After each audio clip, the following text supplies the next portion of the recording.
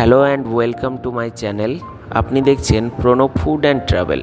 ভিডিওটি সম্পূর্ণ দেখুন এবং ভিডিওটি ভালো লাগলে চ্যানেলটিকে সাবস্ক্রাইব করুন।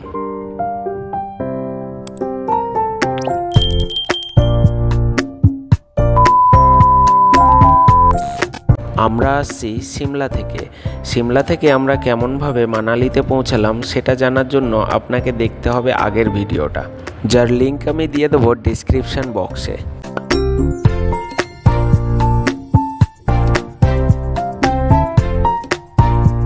আমরা মানালিতে পৌঁছে গেছিলাম বিকেল 5টা থেকে 6টার মধ্যে। হোটেলে রেস্ট করার পর আমরা বেরিয়ে পড়লাম মল রোডের উদ্দেশ্যে। মানালির মল রোডটা সিমলার মল রোডের থেকেই অনেকটাই বেশি ভিড় ছিল। রাতে এখানে খাওয়া দাওয়া সেরে আমরা ফিরে গেলাম হোটেলে।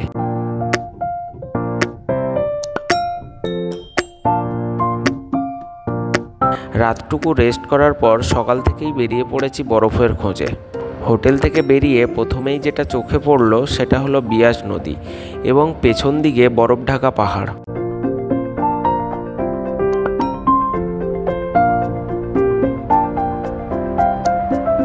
বাঁদিকে যে স্টলগুলো দেখছেন সেগুলো হলো ড্রেস কাউন্টার। এখান থেকে আপনি ড্রেস রেন্ট করতে পারেন, যার খরচ পড়বে 250 টাকা প্রতিজন।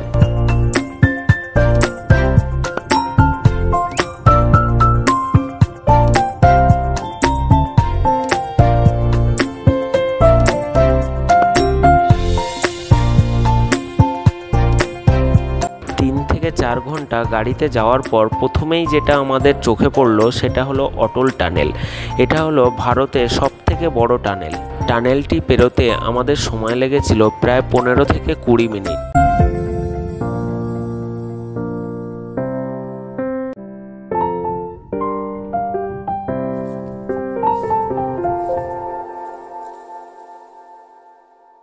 এটা হলো কোকসার। এখানে বিভিন্ন রকমের স্নো অ্যাক্টিভিটিগুলো করানো হয়। এখানে স্নো অ্যাক্টিভিটি করতে হলে আপনাকে পার্চি বুক করতে হবে নিচের ওই স্টলগুলো থেকেই।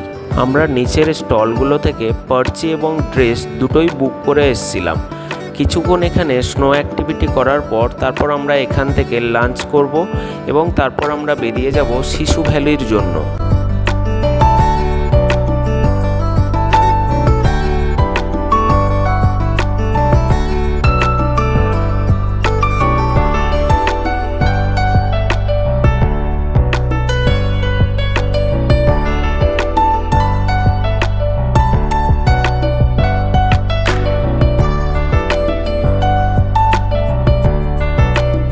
বরফে 2 থেকে 3 ঘন্টা কাটানোর পর আমরা বেরিয়ে পড়লাম শিশু ভ্যালির জন্য।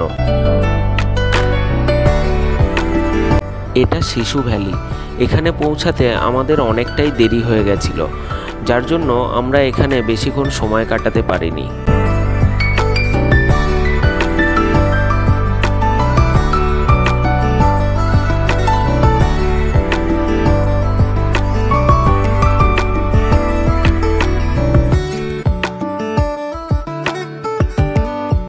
এটা সোলাং ভ্যালি মানালি থেকে অটল টানেলের আগেই পড়বে।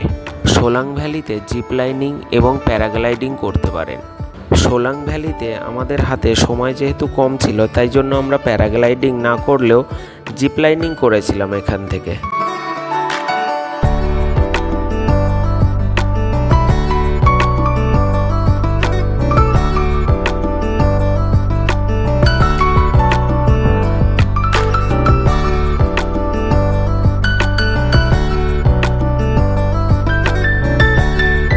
সোলাং ভ্যালিতে জিপ লাইনিংয়ের জন্য আপনাকে খরচ করতে হবে 500 টাকা এবং প্যারাগ্লাইডিংয়ের জন্য 3500 থেকে 4000 টাকা।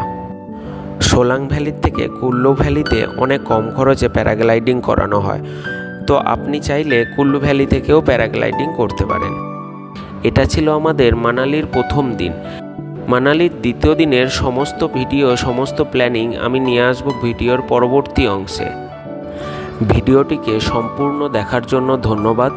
ভিডিওটি যদি ভালো লাগে তাহলে চ্যানেলটিকে সাবস্ক্রাইব করুন এবং লাইক করুন, এবং ভিডিও সম্পর্কে যদি আপনার কোনো মতামত থাকে তাহলে আপনি কমেন্ট করুন।